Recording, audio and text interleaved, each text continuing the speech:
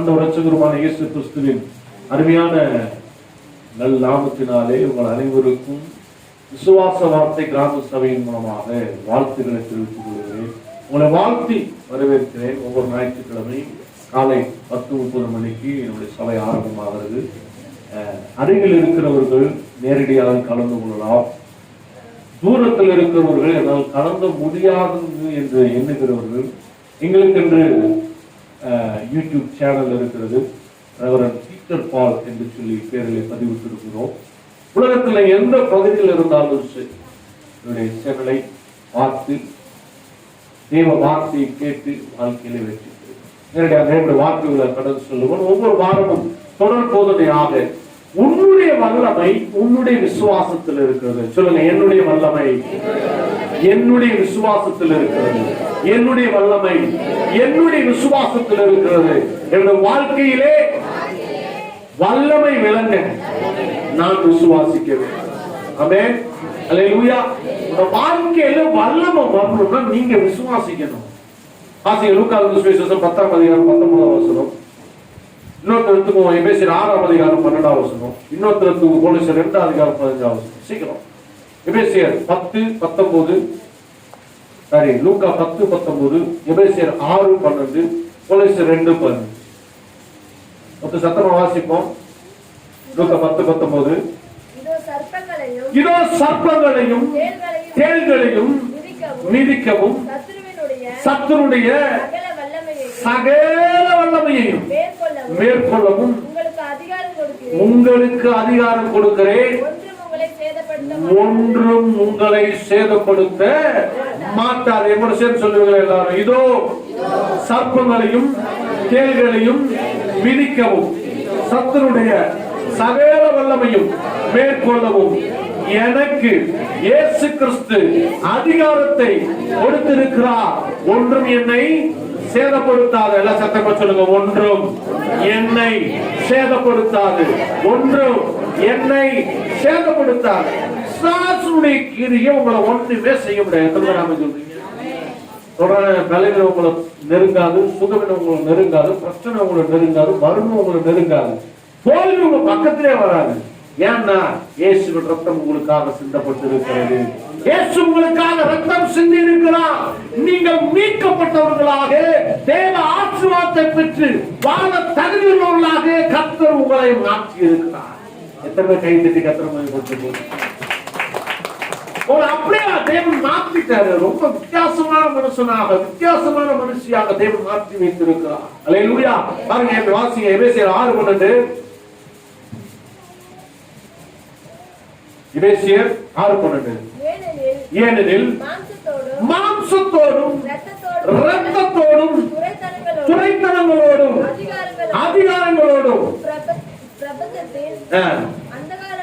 இப்பிரபஞ்சத்தின் அந்தகார லோகாதிபதிகளோடும் வான மண்டலங்களில் உள்ள பொல்லாத ஆவிகளின் சேனைகளோடும் நமக்கு போராட்டம் உண்டு. அவன் பொய் சொல்லிக்கிட்டே இருக்கிறான். யாரு? பிசாசு.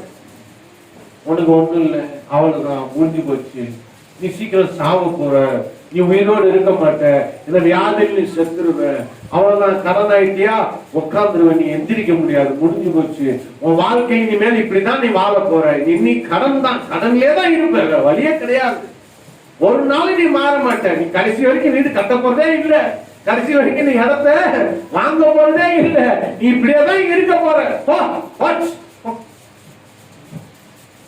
உடனே தலையில கை வச்சது எல்லாம் போச்சியா. ஐயோ, நம்ம வணங்குற தேவன் யாருன்றத முதல் புரிஞ்சுக்குங்க. செத்து போய் 4 நாள் ஆச்சு லாசருக்கு. அங்க சின்ன ஒரு சிம்டம்ஸ் கூட இல்ல, சின்ன ஒரு உணர்வு கூட இல்ல. சரீரத்துல கிட்னி செத்து போச்சு, அது உணர்வு இல்ல, ரத்த ஓட்டம் இல்லாதனால இருதயம் நின்று போச்சு, ரத்தம் சரீரத்துல உறைஞ்சு போச்சு. ஒரே ஒரு வார்த்தை சொன்னாரு, லாசருவே எழுந்து வெளியே வா. என்ன சொன்னாரு? பக்கத்துல தூங்கிட்டு இருந்தா கூப்பிடுறாரு, லாசருவே எழுந்தே வெளியே வா. பக்கத்துல சொன்னார், யா அவன் தூங்கல, அவன் செத்து போயிட்டான், 4 நாள் ஆச்சு, பிறந்தா கல்லற நாரு. எனக்கு தெரியும், நீ கம்புனரு, நான் விசுவாசத்துல பேசுறேன், நான் அதிகாரத்துல பேசுறேன், எனக்கு அதிகாரம் இருக்கு, நான் பேசுறேன், உயிரோடு எழுந்து வருவான். லாசருவே எழுந்து வெளியா அம்பாடு நிக்கணும். உள்ள சேவை அப்படியே கட்டி வச்சிருக்காங்க மேல இருந்து கீழே வரைக்கும். திடீர்னு வெள்ளையா ஒண்ணு நின்னா எப்படி இருக்கும் சொல்லுங்க. வெள்ளையா அப்படியே நிக்குது. என்னமோ வந்துருச்சுறாங்க, அவரு கூப்பிட்டு பேய கூப்பிட்டாரு போல இருக்கு.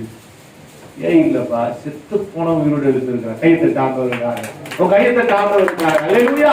செத்து போனா ஆனா உயிரோடு இருந்தான். காரணம் என்ன? வார்த்தை வல்லமை உள்ளது. தேவனுடைய வார்த்தை ஜீவன் உள்ளது. தேவனுடைய வார்த்தைக்கு வல்லமை இருக்கிறது. அல்லேலூயா. தேவனுடைய வார்த்தைக்கு உயிர் இருக்கிறது. அல்லேலூயா. அது சொன்னபடியா என்ன சொல்றாரு? மார்க்கு சுவிசேஷம் 11ஆம் அதிகாரம் வாசிங்க, 23ஆம் வசனம். சீக்கிரம் மார்க்கு 11:23. எவனாகிலும் இந்த மலையை பார்த்து பெயர்ந்து சமுத்திரத்திலே தள்ளுண்டு என்று சொல்லி தான் சொன்னபடியே நடக்கும் என்று தன்னுடைய இருதயத்தில் சந்தேகப்படாமல் விசுவாசித்தால் அவன் சொன்னபடியே ஆகும் என்றார். ஏசப்பா தான் வாயில நேரடியாக பேசுற வார்த்தை அவன் சொன்னபடியே ஆகும். அல்லேலூயா. அவரு சொல்ல மட்டும் செய்யல, சொன்னதை செஞ்சு காட்டினாரு. அல்லேலூயா. நீ விசுவாசிச்சு பேசுனா உன் வாழ்க்கை நிச்சயமா மாறும். அல்லேலூயா. வார்த்தை வல்லமை உள்ளது. அல்லேலூயா. இந்த உலகம் சாதாரணமான உலகம் அல்ல, தேவனுடைய வார்த்தையினாலே உண்டாக்கப்பட்ட உலகம். தேவன் சொன்னாரு, வெளிச்சம் உண்டாக கடவுள் என்று வார்த்தையின் மூலமாக சொன்னார், வெளிச்சம் உண்டாயிற்று. எத்தனை பேர் ஆமென் சொல்றீங்க? சொன்னார், உண்டாச்சு. இப்ப அந்த வெளிச்சம் எதுக்கு கீழ்ப்படியும்? நம்ம நினைச்சிட்டு இருக்கிறோம், அந்த வெளிச்சத்துல ஆன் ஆஃப் பட்டனே எனக்கு தனியா இருக்கு. நான் ஆன் பண்ணா லைட் எரியும், ஆஃப் பண்ணா லைட் ஆஃப் ஆயிரும். நான் இத பத்தி பேசல, அது கொஞ்சம். ஆனா ஆண்டவர் உலகத்துக்கே வெளிச்சம் கொடுத்தவர். அல்லேலூயா. உன் வாழ்க்கையில வெளிச்சம் கொடுக்கிறது அவருக்கு சாதாரண விஷயம். உன் வாழ்க்கையை மாத்துறது அவருக்கு சாதாரண விஷயம். நீ எதிர்பார்க்கறத உன் வாழ்க்கையில செய்து முடிக்கிறது அவருக்கு சாதாரண விஷயம். நீ வார்த்தையை நம்பணும், வார்த்தையில வாழணும், வார்த்தைக்கு ஒப்பு கொடுக்கணும், வார்த்தைக்காக வாழ நீ இடம் கொடுத்து வார்த்தையின் வழியில் நடக்கும் போதுதான் தேவனுடைய அதிசயத்தை கூட்டி வாழ்க்கையில் அனுபவிக்கும். ஆமென். உள்ள மாறுங்க. என்ன மாறணும்? சிந்தனை மாறணும். தேவனுடைய பிள்ளை. ஆமென். விசுவாசிய வாழ்க்கையில ஒன்றும் செய்ய முடியாது. எத்தனை பேர் ஆமென் சொல்றீங்க? அவன் என்ன மேற்கொள்ளவே முடியாது. ஏன்னா என்கிட்ட இருக்கிறவர் யார் தெரியுமா? He is powerful God. Bible says, வேதாகமம் சொல்லுகிறது, He is almighty. அவர் சர்வ வல்லமையுள்ள தேவன். கையெழுத்தி கத்திரமை கொடுத்துங்க. அல்லேலூயா. அவர் சர்வ வல்லமையுள்ளவர். சர்வ வல்லமைன்னா வேற, இங்க சர்வ வல்லமை வேற. முன்னாடி வார்த்தை கொடுக்குறாங்க, சர்வ அப்படின்னா என்ன? என்னது? ஆல். இங்கிலீஷ்ல ஆல்மைட்டி, தமிழ்ல சர்வ, இங்கிலீஷ்ல ஆல் அப்படின்னு கொடுத்திருக்குது. அப்போ இந்த உலகத்தை எல்லா வல்லமையை காட்டிலும் அவருடைய வல்லமை மேலானது. அவராலே முடியாதது ஒன்றும் கிடையாது. அல்லேலூயா. நிச்சயமா வாழ்க்கையில அவர் மாற்றத்தை தருவார். பாருங்க, தேவனுடைய வார்த்தை வாசிப்பை 4ஆம் அதிகாரம் 12ஆம் வசனம் சொல்லுது. சீக்கிரம் 4:12. தேவனுடைய வார்த்தையானது ஜீவனும் வல்லமை உள்ளதாயும் இருபுறமும் கருக்குள்ள எந்த பட்டயத்திலும் கருக்கானதாயும் ஆத்துமாவையும் ஆவியையும் கணுக்களையும் ஊனையும் பிரிக்கத்தக்கதாக உருவ குத்துகிறதாயும் இதயத்தின் நினைவுகளையும் யோசனைகளையும் வகையறுக்கிறதாயும் இருக்கிறது. என்னது? தேவனுடைய வார்த்தை. எப்படி? நான் கேட்கிறேன், எலும்பு தெரியுமா? எலும்பு, அந்த எலும்புக்குள்ள ஊனு, தெரியுமா ஊனுன்னா என்னன்னு? எத்தனை பேர் ஆட்டுக்கறி சாப்பிடும் போது அந்த எலும்புக்குள்ள தட்டி தட்டி சாப்பிடுறே டக்கா டொக்கு டொக்குன்னு என்ன உள்ள இருந்த அப்படியே குள குளம்னு ஒண்ணு வரணும். அது வந்தாதான் ஆட்டுக்கறியை சாப்பிட்ட மாதிரி இருக்கு. சில பேருக்கு என்ன பண்ணணும்? தட்டணும், டொக்கு டொக்குன்னு. அம்மா சொல்லி கொடுக்குற நல்லா தட்டா, நல்லா தட்டு, இன்னும் வேகமா தட்டு. அம்மா தட்டு நெளிஞ்சு போச்சுமா. ஐயோ பரவாயில்ல தட்டு. நீ என்ன செய்யணும்? ருசியா சாப்பிடணும். தட்டு தட்டு. என் பொண்ணுகிட்ட அந்த மாதிரி எலும்பெல்லாம் ஒட்டின்னு வச்சுக்கிங்க, எலும்பு நொறுக்கி தள்ளிடுவாங்க. உள்ள இருக்க ஊனை வெளியில எடுக்கிறதுக்குள்ள அவன் நொறுக்கி எலும்பை சுக்குநூறு ஆக்கிடுவான். அவனுக்கு அது சாதாரண விஷயம்.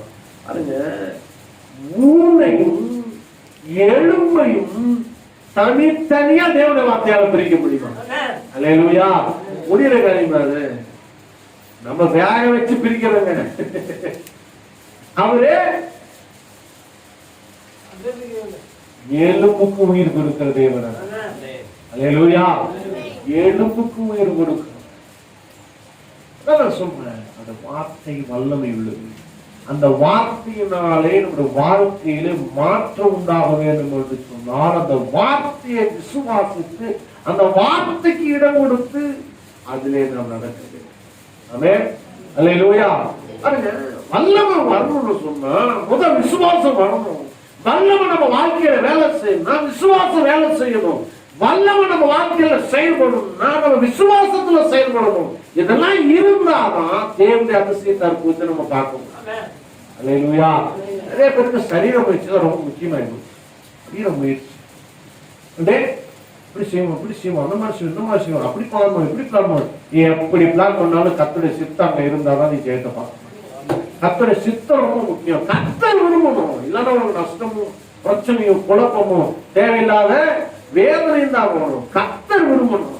ஆனா ஒரு தேவனுடைய கர்த்தர் ஒரு வாழ்க்கையில விருப்பத்தை வச்சிருக்கிறாரு. நீ நல்லா இருக்கணும், நீ ஆசீர்வாதமா இருக்கணும், சமாதானமா இருக்கணும், சந்தோஷமா இருக்கணும், நிம்மதியா இருக்கணும், உனக்கு ஒரு குறை இருக்க கூடாது. அப்படிதான் ஆதாம் உண்டாக்கணும். ரொம்ப சூப்பரா உண்டாக்குனாரு. நான் சொல்ல, பேர் வைக்கிறதுக்கு யானைக்கு பேர் வச்சுட்டு யானைன்னு கூப்பிடுற அளவுக்கு ஞாபக சக்தி கொடுத்து வச்சிருந்தாரு.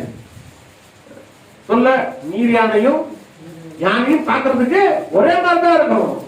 நீர் யானைக்கு நீர் யானைன்னு பேர் வச்சுட்டு யானைக்கு யானைன்னு பேர் வச்சுட்டு நீர் யானையை பார்த்து யானைன்னு கூப்பிடல. அவ்வளவு ஞாபக சக்தி தேவன் கொடுத்தார். ஆதாமுக்கு அவ்வளவு ஆசீர்வாதத்தை கொடுத்திருந்தாரு. ஏதேன் தோட்டம், அந்த ஏதேன் தோட்டத்தினுடைய நில பரப்பளவு 25,000 ஏக்கர். எத்தனை ஏக்கர்? 25,000. உங்களுக்கு எத்தனை ஏக்கர் இருக்கு? ஒரு ஏக்கர் இருக்குமா? 10, 20, 100 எத்தனை ஏக்கர் வச்சிருக்கீங்க? ஆனா ஆதாமுக்கு ஏவாளுக்கும் 2 பேருக்கு மட்டும் 25,000 ஏக்கர் கொடுத்தாரு அந்த பூமியில. ஆட்டம் எவ்வளவு நல்லது. கைத்தட்டி கர்த்தர் போய் கொடுத்தீங்க. அல்லேலூயா. ஏன்னா அவன் வாழணும், ஒரு குறையில்லாதபடி நல்லா இருக்கணும், அவன் விருப்பப்பட்ட பழத்தை சாப்பிடணும், அவன் எதிர்பார்க்கிற அளவு வாழ்க்கை ரொம்ப சிறப்பா சீரா இருக்கணும். இவன் நல்லா இருக்கிறதுக்கு சாத்தானுக்கு பிடிக்கல. இவன் வாழ்க்கை சமாதானமா இருக்குது, அவன் நிம்மதியா சாப்பிட்டு திருப்தியா தூங்கி எழுந்திரிச்சு அவன் வேலையை பார்த்துட்டு கத்து குடிச்சுட்டு ஆராதனை பண்ணிட்டு அவன் பண்ணிட்டு இருக்கிற வேலையை பார்த்து இவன் என்ன செய்யல? பொருட்கள் கேட்டா பொறாம. எப்படி இவன் மட்டும் நல்லா இருக்கான்? அவன் பாட்டுக்கு போறான், அவன் பாட்டுக்கு வரான், அவன் பாட்டுக்கு இருக்கான், அவன் மட்டும் எப்படா நல்லா இருக்கிறான்? நிறைய பேருக்கு அதான் பிரச்சனையே. அவன் மட்டும் எப்படா நல்லா இருக்கான், அவன் மட்டும் எப்படா நல்லா இருக்கான். ஏன்னா தேவனுடைய ஆசீர்வாதம். அல்லேலூயா. ஏன்னா தேவன் பூமியிலே ஆசீர்வாதத்தை கொடுக்காமல் ஒரு மனிதனும் நிம்மதியா இருக்க முடியாது, ஒரு மனிதனும் ஆசீர்வாதமா இருக்க முடியாது. தேவனை ஆசீர்வதித்திருக்கிறார். எல்லாம் சொல்லுங்க, தேவனை ஆசீர்வதித்திருக்கிறார். சத்தமா சொல்லுங்க, தேவனை ஆசீர்வதித்திருக்கிறார். வாயை திறக்காதவங்க திறந்து சொல்லுங்க, தேவனை ஆசீர்வதித்திருக்கிறார். நான் நல்லா இருப்பேன். இன்னும் சத்தமா சொல்ல, நல்லா இருப்பேன். இன்னும் சத்தமா சொல்ல, சுகமா இருப்பேன். நான் பலமா இருப்பேன். எனக்கு ஒரு குறை இருக்காது. என் குடும்பத்துலதான் சொல்லுங்கம்மா, என் குடும்பத்துலதான் உண்மையான சந்தோஷம் இருக்கும், உண்மையான நிம்மதி இருக்கும். கர்த்தர் மாற்றி தருவார். அல்லேலூயா. நிறைய பேருக்கு சொல்றதுக்கே வாய் வர மாட்டேங்குது. நான் என்ன பண்ணுவேன்? என் குடும்பம் நீங்க தெரியுது. கவலைப்படாதீங்க, கர்த்தர் செய்வாராக்கும். அவரால முடியும். எப்படி லாசருவை உயிரோடு எழுப்பினாரோ அதே போல குடும்பத்திற்கு மறு உயிரை தாண்டவர் தந்து உயிர். அல்லேலூயா. நான் தட்டுகிறோம் ஐயா ஆண்டவருக்கா. அல்லேலூயா. எவ்வளவு சத்தம் சாமி தட்டுகிறோம் ஆண்டவர் வார்த்தையை கொடுத்திருக்கிறார். அல்லேலூயா. லாசருடைய எண்ணம் எப்படி இருந்து சிந்திச்சு பாருங்க. செத்த உடனே போயிருப்பான். போனவன் அவன் 4 நாள் வாழ்க்கை வேற எங்கேயோ இருந்திருக்கிறோம். ஆனா யாராவது கொஞ்சம் யோசிச்சு பாத்தீங்களா? என்ன பாக்குறோம், என்னடா இது நம்மள அடக்கம் பண்ணிட்டாங்க, சரீரத்தை சுத்தி என்ன செஞ்சுட்டாங்க, அடக்கம் பண்ணிட்டாங்க.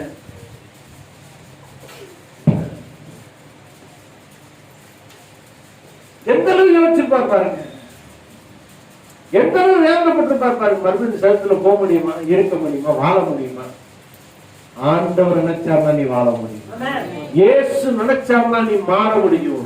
ஆண்டவர் நினைச்சார்னா அவன் வாழ்க்கையை சூழ்நிலை டோட்டலா மாறிடும். உன்னை பார்த்து ஆச்சரியப்படுகிற அளவுக்கு தேவன் உயர்த்த ஆசீர்வதிப்பார். உன்னை சுற்றி பார்க்கிறவங்க பைத்தியக்காரன் நினைக்கலாம், உன்னை சுற்றி பார்க்கிறவங்க அறிவில்லாதவன் நினைக்கலாம், உன்னை சுற்றி பார்க்கிறவங்க உன்னை கேவலமா படு மோசத்துக்கு உன்னை நினைக்கலாம். கர்த்தர் நினைச்சார்னா அவனுக்கு மேல தூக்கி அவனை பார்த்து ஆச்சரியப்படுகிறாங்க. அல்லேலூயா, அல்லேலூயா. அவரால முடியும் வாழ்க்கையை மாத்துறதுக்கு, அவரால முடியும் சூழ்நிலை மாத்துறதுக்கு, அவரால முடியும் உனக்கு வேண்டியதை வாழ்க்கையில செய்து காட்டணும். அவரால முடியாதது ஒண்ணுமே இல்லை. சொல்லுங்க, என் அப்பா இயேசுவால, சத்தம் வச்சு அப்பா இயேசுவால முடியாதது ஒண்ணுமே இல்லை. ஆமென். ஆதாமுடைய வாழ்க்கையை பார்த்தா விசுவாசுக்கு அந்த அளவுக்கு வாழ்க்கையை கெடுக்கணும். நான் கெட்டு போனோம்ல, நீ அதே மாதிரி முடிய மாற்றணும். ஏசப்பா தேவாதி தேவன் நம்பி இருக்கிற நம்பிக்கையை கெடுக்கணும். அவரும் இவங்க மேல வச்சிருக்கிற அன்பை கெடுக்கணும். இந்த மனுஷன் மேல வச்சிருக்கிற அந்த பாசத்தை கெடுக்கணும். இந்த மனுஷனுக்கும் தேவனுக்கும் உள்ள உறவை 2 துண்டா பிரிக்கணும். இவன் தேவனை பத்தி கடைசி வரைக்கும் என்ன செய்யக்கூடாது, தெரிஞ்சுக்கவே கூடாது. அவரை பத்தி உணரவே கூடாது. அவர் அன்பை பத்தி புரிஞ்சுக்கவே கூடாது. 25,000 ஏக்கர்ல நிலப்பரப்பை உண்டாக்கி எல்லாத்தையும் கொடுத்து ஆசீர்வாதமா சூப்பரா வச்சிருந்தார் ஆண்டவர். கொஞ்சம் பொய் சொன்னா பாருங்க, பொய் தான் சொன்ன. இன்னைக்கு பொய் தான் நிறைய பேர் கொண்டு. அவர் அப்படி உனக்கு தெரியுமா? அது வரைக்கும் நல்லா இருக்கும் லிங்க். நல்லா ஜோம் பண்ணுவான், நல்லா போன் பண்ணுவான், நல்லா இருப்பான், கரெக்டா இருப்பான், எல்லாத்துல இருப்பான். ஆனா கொஞ்சம் பொய் பிசாசான என்ன செய்வான், வேற யாரையாவது ஒருத்தர் தூண்டி விட்டு பொய் பேச வைப்பான். பொய் பேசின உடனே அவர் தெரியுமா அவனுக்கு, உனக்கு அவர் அப்படி. இது யாருடைய வேலை? யாருடைய வேலை? ஏன்னா நீ நல்லா இருக்கிறது பிடிக்கல பிசாசு. பரிசுத்தமானோடு தேவ பிள்ளையோடு தேவனுக்காய் வாழ்கிறவரோடு இணைந்திருக்கும் போது உனக்கு தான் ஆசீர்வாதம். அதை உண்டாக்குறதுக்கு பிசாசு வேலை செய்யும். புரியுதா? ஐயோ தெரியாம போச்சு, ஓ முடிஞ்சு போச்சு. அப்படித்தான் பண்ணான் ஆதாம். ஏன் அப்படித்தான் பண்ணான்? 3ஆம் அதிகாரத்தை வாசிங்கன்னா தெரியும். அப்படியா சொல்றீங்க? அந்த பழத்தை சாப்பிட்டா நாமளும் தேவனாயிருவோமா, நாமளும் இயேசுவாயிருமா? அதனால அந்த பழத்தை சாப்பிடக்கூடாதுன்னு சொன்னாரா? தூண்டி நேரா போய் பழத்தை பறிச்சு சாப்பிட்டான். அந்த அம்மா மட்டும் சாப்பிட்டது மாத்திரம் இல்லாம ஆதாமுக்கு கொடுத்துட்டான். கடைசியில் என்னாச்சு? எல்லாம் போச்சு. 25,000 ஏக்கர் போச்சு, அதிகாரம் போச்சு, அன்பு போச்சு, பாசம் போச்சு, உண்மை தூண் போச்சு, எல்லாமே போச்சு. மனுஷன் பாவி ஆயிட்ட, சபிக்கப்பட்டு. என்னன்னைக்கும் வாழக்கூடிய தகுதி அன்னைக்கு ஆண்டவர் படைக்கும் போது ஆதாமுக்கும் மரணத்தை சேர்த்து படைக்கவே இல்லை. அவன் வாழ்ந்துகிட்டே இருக்கான். அதனாலதான் ஆரம்பத்தில் ஆதாமுடைய வாழ்க்கை எல்லாம் பாத்தீங்கன்னா 1000க்கு மேல வாழ்ந்துருவான் ஆதாம். வருஷம் நாட்கள்லாம் 1000க்கு மேல இருந்துச்சு. இன்னைக்கு எவ்வளவு வருஷம் வாழ்றான் மனுஷன் பூமியில? இருக்க அப்படியே குறைஞ்சிக்கிட்டே வருது. 1000க்கு ஆரம்பிச்சு வாசிங்கன்னா ஆதாம் எத்தனை வருஷம் வாழ்ந்தான்னு சொன்னது வாசிங்க.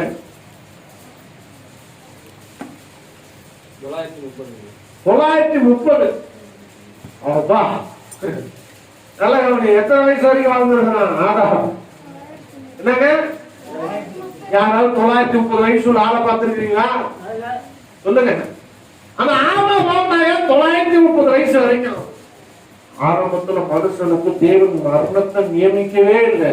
அவன் ஏதேன் தோட்டத்துல பூமியில அவன் பாட்டு பெருகிட்டா போட்டு சாவே கூடாது அவனுக்கு. அவன் அப்படிதான் உண்டாங்க சொன்னாரு, இந்த மரத்தின் கனியை புசிக்கும் நாளிலே சாகவே சாவாய். 2 தடவை சொன்னாரு, சாவாய் சாவாய், சாகவே சாவாய். சாகவே சாவாய்னா என்ன அர்த்தம்னா 2 மரணம் நேரிடும். முதல் மரணம் ஆத்ம மரணம், ஆதி மரணம். எப்படி? ஆத்மாலே ஆவியிலும் மரணம். என்ன ஆத்மாலே ஆவியிலும் மரணம்? முதல் மரணம் தேவனுக்கும் மனுஷனுக்கும் இருக்கிற தொடர்பு, தேவனுக்கும் மனுஷனுக்கு இருக்கிற அந்த உறவு, தேவனுக்கும் மனுஷனுக்கு இருக்கிற அந்த பிணைப்பு துண்டிக்கப்படும். 2வது, நல்லவங்களோட சேர்ந்தா நல்ல புத்தி வரும். அப்படித்தானே? கெட்டவங்களோட சேர்ந்தா நல்லா சொல்லுங்க. ஏன் கிராமத்துல நல்லா வருது இந்த வார்த்தையில. நல்லவங்களோட சேர்ந்தா அடிக்கடி பிள்ளையில போட்டு திட்டிட்டு வரணும். அப்படின்னா ஏய், நல்லவங்களோட சேர்ந்தா நல்ல புத்தி வரும்டா, கெட்டவங்களோட சேர்ந்தா கெட்ட புத்தி தாண்டா வரும். எத்தனை திட்டிருக்கீங்க உங்க பிள்ளைய? உங்க பிள்ளைய திட்டுறதுக்கு முன்னாடி உங்களை யோசிக்கும் போதும் நீங்க யார் கூட சேர்றீங்கன்னு அதிகமா, ஏசப்பா கூட அதிகமா சேர்றீங்களா இல்ல மாம்சத்தோட அதிகமா சேர்றீங்களான்னு சிந்திச்சு பாருங்க. நல்லா கவனிக்கணும்.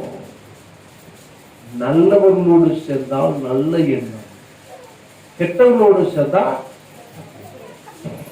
அதான் பாருங்க. தேவனோடு இணைந்திருந்தா அந்த தேவ சாயலுக்கு ஏற்ற பிரசங்கம், பிரசன்னம் மறுரூப வாழ்க்கையில் உண்டாகிட்டே இருக்கும். இதை துண்டிச்சுட்டா அவன் சேர்ந்தாலும் தோணும், சாபத்துல வாழ்ந்தாலும் தோணும், விசுவாசம் இல்லாம தானே போகும். நம்ம வாழ்க்கையை எப்படிதான் யோசிக்க தோணும். ஏன்னா எங்க என்ன இல்ல, தேவனுக்கும் உனக்கும் என்ன இல்ல, தொடர்பு இல்ல. தேவனுக்கும் உனக்கும் என்ன இல்லாம போச்சு, தொடர்பு இல்ல. அந்த தொடர்பை உண்டாக்குறதுக்காக தான் ஜெபம். எப்படி? அதனால ஜெபம் பண்ணுங்க, ஜெபம் பண்ணுங்க, ஜெபம் பண்ணுங்க, ஜெபம் பண்ணுங்கன்னு சொல்றோம். அதனாலதான் ஆண்டவர் சமூகத்துல முழங்கால் போட்டு ஆண்டவர் துதிங்க, கண்ணா போடுங்க, கண்ணா போடுங்கன்னு. தூக்கத்துக்கு மட்டும்தான் கண்ணு சொருங்குது, ஜெப நேரத்துல கண்ணு பெருகுது பார்வையில. ஆமா, அவங்க யாரும் என்ன செய்யறாங்க, அந்த அம்மாக்கு வெற்றிக்கு ஆராதிக்கிறாங்க, இந்த அம்மா என்ன பண்றாங்க, இந்த அம்மா என்ன இப்படி சலவை வச்சுட்டு வந்துருக்குது, இந்த அம்மா என்ன ட்ரெஸ் போட்டு வந்துருக்குது. பக்கத்துல சும்மா கிடையாது.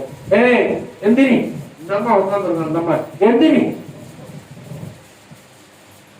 போய் தண்ணி எடுத்துட்டு வா, அதை செய்ய, இதை செய்ய. தேவனை தான் ஆராதிக்கணும். தேவனோடு இணைக்கப்பட வேண்டும். யாரோடு இணைக்கப்படணும்? லோத்து ஆபிரகாமோடு இருக்கிற வரைக்கும் ஆசீர்வாதமாக இருந்தாராம். வேதம் சொல்லுது. ஆபிரகாம் விட்டு பிரிந்த உடனே என்ன ஆச்சு தெரியுமா? என்ன ஆச்சு தெரியுமா? ஆசீர்வாதம் குறைஞ்சிருச்சு. கட்சியில் அவன் பொண்டாட்டி உப்புத்துனா மாறிடுச்சு. இருந்த ஆசீர்வாதம்லாம் சோதம் கோமர பட்டணத்தோட போச்சு. எல்லாத்தையும் விட்டு ஒளியாடக்கூடிய சூழ்நிலை. ஒரே வார்த்தை தான் சொன்னார், உயிரை காப்பாத்திக்க, திரும்பி பார்க்காம ஓடு அப்படின்னு. ஓடுறான் ஓடுறான் ஓடுறான் ஓடுறான். ஒத்தனை கட்சி வந்தா பொண்டாட்டிடானா? ஐயோ என்னடா பொண்டாட்டிடானா? ஒருவேளை திரும்பி பார்த்து உப்புத்தோன் ஆயிட்டாலும் பொண்ணு, 2 பொண்ணும் சரி அப்பாவுடைய பேச்சை கேட்டுக்கிட்டு, உண்மையாவே பொண்ணுங்கெல்லாம் ரொம்ப நல்ல பொண்ணுங்க. ஏன்னா அப்பா பேச்சு அப்படியே தட்டாம கேட்குங்க பொண்ணுங்க. ஆமா, அப்பா ஒரு திரும்பி பார்க்காத, ஏசப்பா தேவன் சொன்னாரு, தூணன் சொல்லிட்டா திரும்பி பார்க்காம பின்னாடியே வா.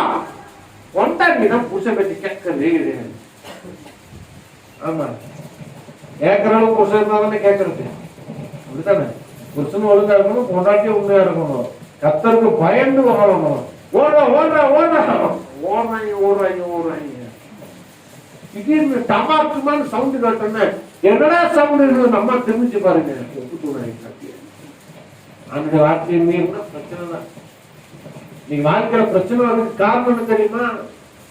ஆண்டவருக்கு விரோதமா வாழக்கூடாது, ஆண்டவருக்கு விரோதமா செய்யக்கூடாது, ஆண்டவருக்கு விரோதமா பேசக்கூடாது, ஆண்டவருக்கு விரோதமான செயல்பாடு நம்முடைய வாழ்க்கையில இருக்கக்கூடாது. கரண்ட தொட்டா சாக்கு அடிக்குமா அடிக்காதா? இல்லைங்கப்பா, தொட்டு பார்த்துருக்கீங்களா? போன வாரம் நம்ம பாஸ்டர் போன் பண்றாங்க, வெளியில நம்ம ஊழியத்துல இருக்கும்போது பையனுக்கு சாக்கு அடிச்சிருச்சுப்பா, பையனுக்கு சாக்கு அடிச்சுப்பா. எப்படிப்பா? சுவிட்ச போட்டான்னா இழுக்குறாங்க. கரண்ட தொட்டா சாக்கு அடிக்கும், அடிக்காம இருக்காது. ரெண்டாவது 1000 தான். அந்த 1000 உருவாக்குறதுக்கு ஞானம் கொடுத்தவர் எங்க அப்பா. அவர் எவ்வளவு பவர் இருக்கும், அவர் தொட்டு பார்க்க முடியுமா? அதான் பவுல் சொன்னாரு, சவுலே சவுலே முள்ளில் உதைப்பது சத்தமா, முள்ளில் உதைப்பது தேவனோட ஐக்கியம் வைக்கணுமே தவிர தேவ காரியங்களுக்கு விரோதமா எழுப்பக்கூடாது. பிசாசு எழும்புனா அதனாலதான் அவன் நாசமா போயிட்டான். அதனாலதான் வாழ்க்கை ஒண்ணு இல்லாம இயேசு சொல்றாரு, சாத்தான் மின்னலை போல வானத்திலிருந்து விழுவதை தேவனோட ஐக்கியம் வச்சுக்கணும், செபிக்கணும், வேதம் வாசிக்கணும், துதிக்கணும், ஆலயத்துக்கு வரணும், ஜெபக்கூட்டத்துக்கு வரணும், தேவனுக்காக வாழ ஒப்பு கொடுக்கணும். எந்த அளவுக்கு தேவனுக்காக வாழ ஒப்பு கொடுக்கணுமோ அந்த அளவுக்கு தேவன் ஆசீர்வாதமா. எத்தனை பேர் ஆமென் சொல்றீங்க? சொல்லுங்க. நான் தேவனுக்காக வாழும்போது தேவன் வாழ்க்கையமா. ஆமா, தேவனுக்காக வாழ்றத 10 பிசாசுக்கு பிடிக்கல. வந்தா போய் சொன்னா வாழ்க்கை கெட்டு போச்சு, அவ்வளவுதான் முடிஞ்சு. சாபம் வந்துச்சு, பாவம் வந்துச்சு. ஆதாமுடைய வாழ்க்கையை சதி செஞ்சு கெடுத்தாயா, ஒண்ணு இல்லாம போச்சு. இப்ப இவனுடைய சந்தோஷம் பிசாசுக்கு. இப்ப எப்படி இவன் பூமியில வாழ்ந்துடுறான்னு நான் பார்க்கணும். யாருடைய எண்ணம் சாத்திரம் இனிமேல் எப்படி ஆசீர்வாதமா வாழ்ந்துடுறான்னு பார்க்கணும். தேவனே என்ன செஞ்சுட்டாரு? சபிச்சுட்டாரு. மண்ணா இருந்தாய் மண்ணுக்கே திரும்புவாய். என்ன பார்த்து சபிக்கிறாரு, சொல்றாரு, நீ பிள்ளை பெறும்போது கற்ப வேதனைப்படுவ, ரொம்ப கஷ்டப்படுவ. ஆன பார்த்து சொல்றாரு, முகத்தின் நேர்மையால் நீ ஆதாரம் புசிப்பாய். ரொம்ப சந்தோஷம். கட்சியில பார்த்தா அங்க ஒரு முடி வைக்கிற கடைசியில அவர் உன் தலையை நசுக்குவார், நீ அவர் புதிங்காலை. என்ன அர்த்தம்? 3ஆம் அதிகாரம் 5ஆம் வசனம் வாசிங்க. ஆதியாகமம் 3:15. உனக்கும் ஸ்திரீக்கும் உன் வித்துக்கும் அவள் வித்துக்கும் பகை உண்டாக்குவே, அவர் உன் தலையை நசுக்குவார், நீ அவர் புதிங்காலை நசுக்குவாய். நல்லா கவனிங்க. அவர் அந்த இடத்துல கோடு போட்டு இயேசு போட்டு வைங்க. மேல இயேசு அவர் இடத்துல சொல்லும் போது இயேசு அடையாளமாக, இயேசு மரிக்க 6000 வருஷம் கழித்து மரிக்க போவதை ஆரம்பத்திலே தீர்க்க தரிசனமாக நடக்க போவதை முன்கூட்டியே தேவாதி தேவன் ஆதாமுக்கும் ஏவாளுக்கும் சொல்லிட்டார். என்னது சொல்லிய நடக்க போறது என்ன? உனக்காக ஒருவர் இந்த பூமியிலே மனிதனாக பிறப்பார். அவர் தேவன் மனுஷ ரூபத்தை கொண்டவராக இயேசு என்ற ரூபத்திலே பிறப்பார். அவர் மரிப்பார். அவருடைய மரணம் சாத்தானை தோற்கடிக்கும். அல்லேலூயா, அல்லேலூயா. இயேசு மரிச்சதுக்கான காரணம் நம்ம பாவம் போகணும், சாபம் போகணும், ஆசீர்வாதம் போகணும். இந்த அதிகாரத்தை நாம் கற்றுக்கொள்ள வேண்டும். சகல வல்லமுள்ள ஆட்களாய் நாம் இருக்க வேண்டும் என்பது தேவனுடைய நோக்கம். சொல்லுங்க, இயேசுவின் மரணம். சத்தமா சொல்லுங்க, இயேசுவின் மரணம். சொல்லுங்க, இயேசுவின் மரணம், இயேசுவின் ரத்தம் என் வாழ்க்கையை மாற்றினது. என்ன சொல்றது? கலத்தியர் 3ஆம் அதிகாரம் 13-14 வசனத்திற்கு வாசிப்போம். கலத்தியர் 3. மரத்திலே தூக்கப்பட்டவன்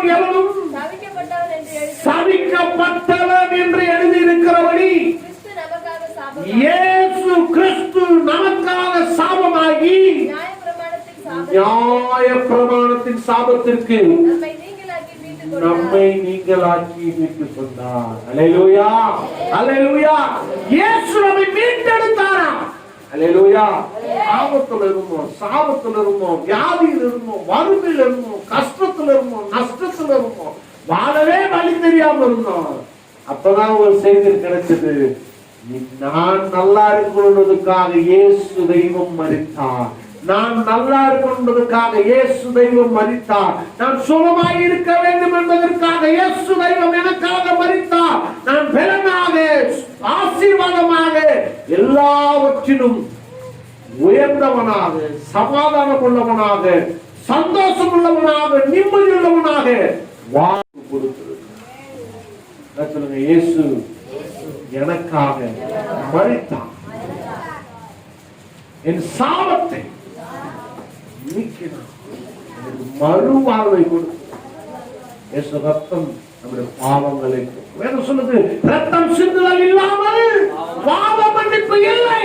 என்னுடைய பாவம் இயேசுவின் ரத்தத்தினாலே மன்னிக்கப்பட்டது. எத்தனை கைத்தட்டி கத்திரமாய் நான் நல்லா இருக்கிறேன். எனக்குள்ள ஒரு பெரிய விசுவாசம் இருக்கின்றா, எனக்குள்ள ஒரு பெரிய நம்பிக்கை வந்திருக்கின்றா, எனக்குள்ள ஒரு பெரிய ஒரு விடுதலை இருக்கின்றா, அந்த உணர்வு இருக்கின்றா. இயேசுவின் ரத்தம் தான் காரணம். அல்லேலூயா, அல்லேலூயா, அல்லேலூயா. இயேசுவின் ரத்தம் சொல்லுது. உனக்காக நான் எல்லாத்தையும் கல்வாரி சிலுவை செஞ்சு முடிச்சுட்டேன். உன் பாவத்தை நான் மன்னிச்சுட்டேன், உன் சாபத்தை மன்னிச்சுட்டேன், உனக்கு விடுதலை கொடுத்துட்டேன். நீ சுகமாக இருக்கிறாய் என்று இயேசு ரத்தம் சொல்லுது. நீ பலனாக இருக்கிறாய் என்று இயேசு ரத்தம் சொல்லுது. இயேசுவின் ரத்தம் எனக்கு ஒவ்வொரு நிமிஷம் ஞாபகப்படுத்துவது எல்லாம் நான் மீட்கப்பட்டவர், நான் விடுவிக்கப்பட்டவர், நான் ஆசீர்வதிக்கப்பட்டவர். எத்தனை கைத்தட்டி கத்திரமை கொடுக்கிறார். பிரச்சனை முக்கிய யோசிக்கிறது. எப்ப பார்த்தா பிரச்சனை பிரச்சனை பிரச்சனை பிரச்சனை, முடியல முடியல முடியல முடியல, நடக்கல நடக்கல இல்ல இல்ல இல்ல. ஆனா இயேசு ரத்தம் சொல்லுது, முடியும் முடியும் முடியும், நடக்கும் நடக்கும் நடக்கும், மாறும் மாறும் மாறும், நிச்சயமா நீ ஜெயப்படுத்த. அல்லேலூயா. ஒரு ரத்தத்தின் சத்தத்துக்கு சென்று கொடுங்க, இயேசுவுக்கு சென்று கொடுங்க. இந்த வாழ்க்கையில நீங்க ஆசீர்வாதத்தை மட்டும் பார்ப்பீங்க. அல்லேலூயா. சின்னப்படக்கூடாது. ஆண்டவர் இயேசுவின் ரத்தம் இந்த வாழ்க்கையில பெரிய மாற்றத்தை உங்களுக்கு கொடுத்து. கொலோசியர் 1:13 வாசிங்க. கொலோசியர் 1:13. நிறைய பேர் நினைக்கிறது, என் தலை நீதி, என் தலை எழுத்து, அதனால்தான் என் வாழ்க்கை இருக்குது. என்ன பண்றது? தலை நீதி வாசிங்க. 11 வாசிங்க.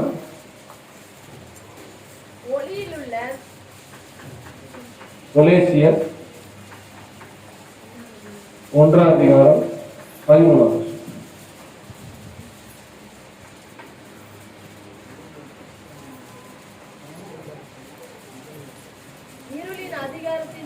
இருளின் அதிகாரத்திலிருந்து நம்மை விடுதலையாக்கி தமது அன்பின் குமாரனுடைய ராஜ்யத்திற்கு உட்படுத்தவுமாய் இருக்கிற பிதாவை ஸ்தோத்திரிக்கிறேன். அல்லேலூயா. என் வாழ்க்கை இருட்டில் இருந்துச்சு. இருக்குன்னா எதுவுமே தெரியாது. எப்படி போகணும், என்ன பண்ணணும், என்ன செய்யணும், எப்படி வாழணும், எப்படி வாழ போறோம், என்ன நடக்கணும், என்ன நடக்க போகுது, இதுதான் ஒரு பெரிய கொஸ்டின். இருட்டில் இருந்த என் வாழ்க்கைய வெட்டா வெளிச்சமா மாத்தினார் என் தேவன்.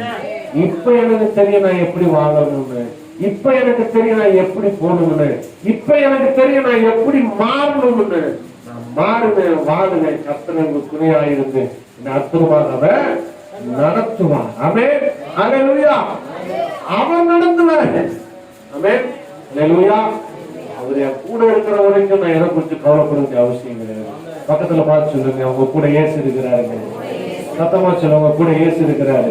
நீங்க எதை குறிச்சும் கலங்காதீங்க, கவலைப்படாதீங்க. உங்களுக்காக அவர் ரத்தம் சிந்தினார். உங்கள் பாவத்தையும் சாபத்தையும் வியாதியையும் வறுமையையும் அவர் சுமந்து விட்டார். நீங்க நல்லா இருப்பீங்க. ஆசீர்வாதமா இருப்பீங்க. குறைவில்லாம உயர்வோடு வெற்றியா வாழ்வீங்க. ஆமென். கவலைப்படாதீங்க, தைரியமா போங்க. உங்களை கொண்டு கர்த்தர் பெரிய காரியங்கள் செய்ய போறார். நிச்சயமா நீங்க ஜெயமெடுப்பீங்க. இயேசுவின் ரத்தம் உங்களுக்காக பேசிட்டு இருக்கு. உங்களால முடியும் முடியும் முடியும். சொல்லுங்க, இயேசுவின் ரத்தம். எல்லாம் எழுந்து நிற்போமா? எல்லாம் எழுந்து நிற்போம். எல்லாரும் எழுந்து நிற்கலாம்.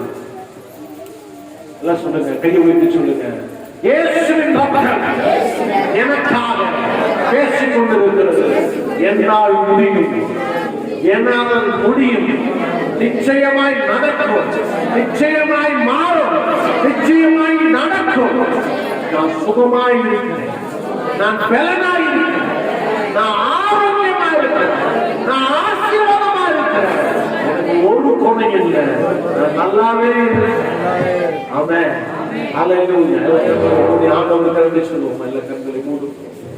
ஓ ஹல்லேலூயா. ஓ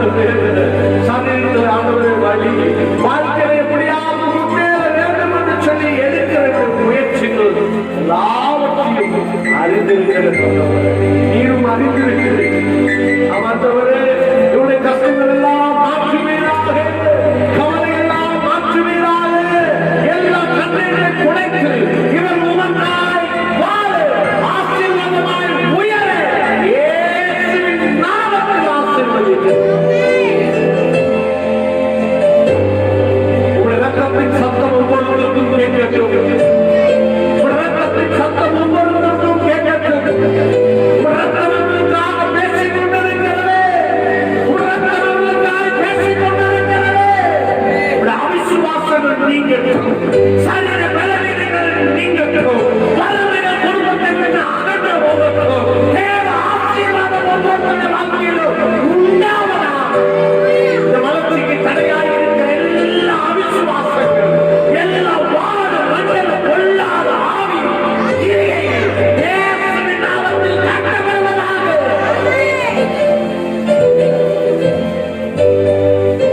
நம்பிக்கையற்று போய் நிற்கிறது. உம்முடைய வார்த்தை மூலமாய் நம்பிக்கையை பெற்றுக் கொள்ளட்டும். வல்லமை பெருகட்டும். ஆசீர்வாதம் பெருகட்டும். உம்முடைய சமாதானம், சந்தோஷம், நிம்மதி பெருகட்டும். ஆசீர்வதியும். பெரிய காரியங்கள் செய்வதற்காக நன்றி.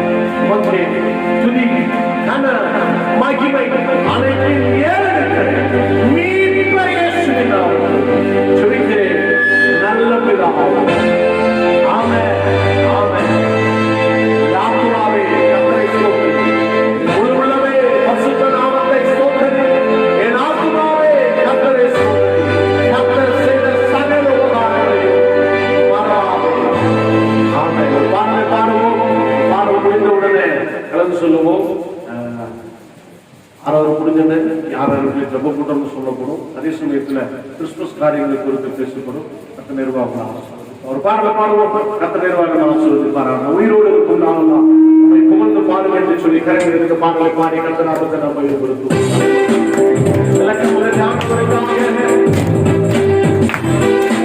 சத்தமாக நான் உயிரோடு இருக்கும் நாளெல்லாம் உண்மை புகழ்ந்து பாடுவேன். நான் உள்ளவன் என் தேவனே உம்மை சிந்தனம் பண்ணுவேன். நான் உயிரோடு இருக்கும் நாளெல்லாம் உம்மை புகழ்ந்து பாடுவேன். நான் உள்ளவன் என் தேவனே உம்மை சிந்தனம் பண்ணுவேன்.